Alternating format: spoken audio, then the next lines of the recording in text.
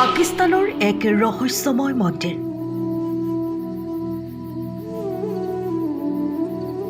এই মন্দিৰৰ পানী খালে মানুহ অমৰ হয়।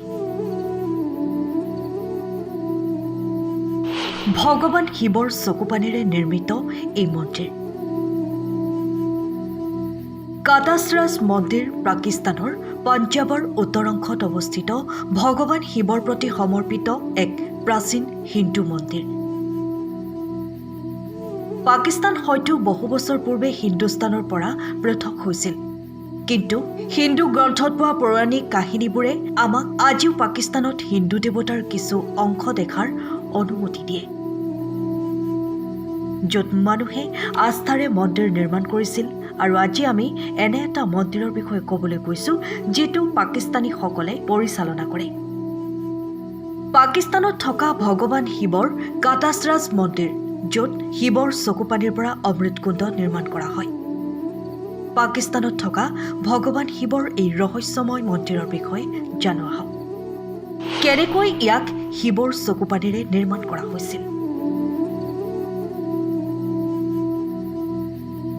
এই মন্দিৰৰ আঁৰৰ কাহিনীটো হ'ল যে যেতিয়া সতীমাতাই তেওঁৰ পিতৃগৃহত স্বামী ভোলানাথৰ অপমান সহ্য কৰিব নোৱাৰিলে, তেতিয়া তেওঁ নিজকে অগ্নিক সমৰ্পণ কৰিছিল। আৰু যেতিয়া ভগৱান শিৱই এই বিষয়ে জানিব পাৰিলে, তেতিয়া তেওঁ সমগ্ৰ বিশ্ব ব্ৰহ্মাণ্ডত ক্ষোভৰ সৃষ্টি কৰিছিল।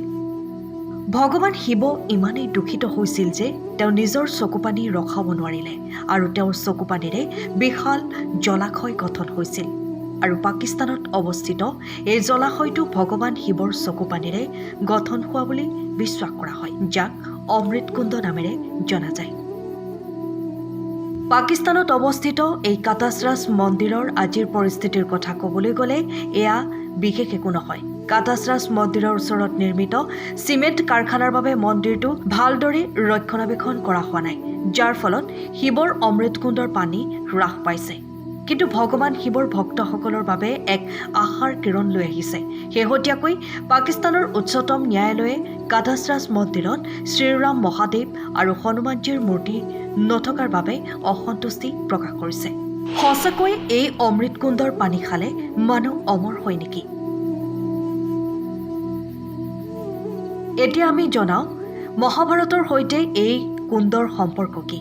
এইটো বিশ্বাস কৰা হয় যে যেতিয়া পাণ্ডৱসকলে সকলো হেৰুৱাই নিৰ্বাসনত গৈছিল, তেওঁলোকে ইয়াত মন্দিৰৰ ওচৰত কেইদিনমান আছিল। ইয়াতেই যেতিয়া দ্ৰৌপদীয়ে পানী খাবলৈ বিচাৰিছিল, তেতিয়া পাণ্ডৱসকলে অমৃতকুণ্ডৰ পৰা পানী আনিবলৈ গৈছিল।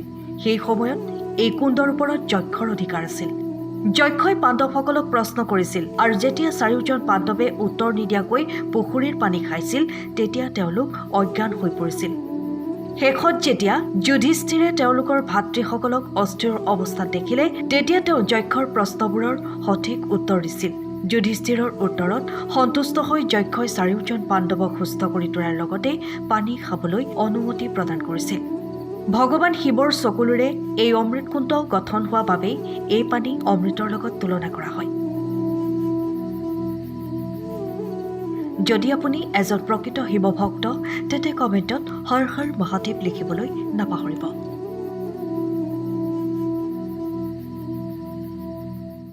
সময়ৰ খবৰ সময়ত পাবলৈ ফ'ল' কৰক টাইম অফ আছাম।